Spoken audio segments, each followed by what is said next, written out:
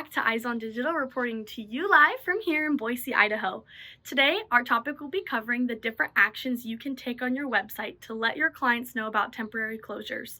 Nothing is more frustrating to a client than you being closed when your information on the web says differently.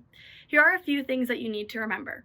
Number 1, make sure to release a post regarding your temporary closure and the steps you are taking as a company to reopen as soon as possible. Number 2, make sure to add a pop-up alert on all of your web presence and social media platforms that links back to this post to get your word out there more effectively.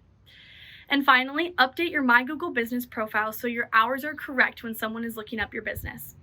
Taking the time to make these small changes shows your customers that you care about their time and you appreciate their business. For more information, please visit all of our social media platforms, and we'll see you next time here at Eyes on Digital.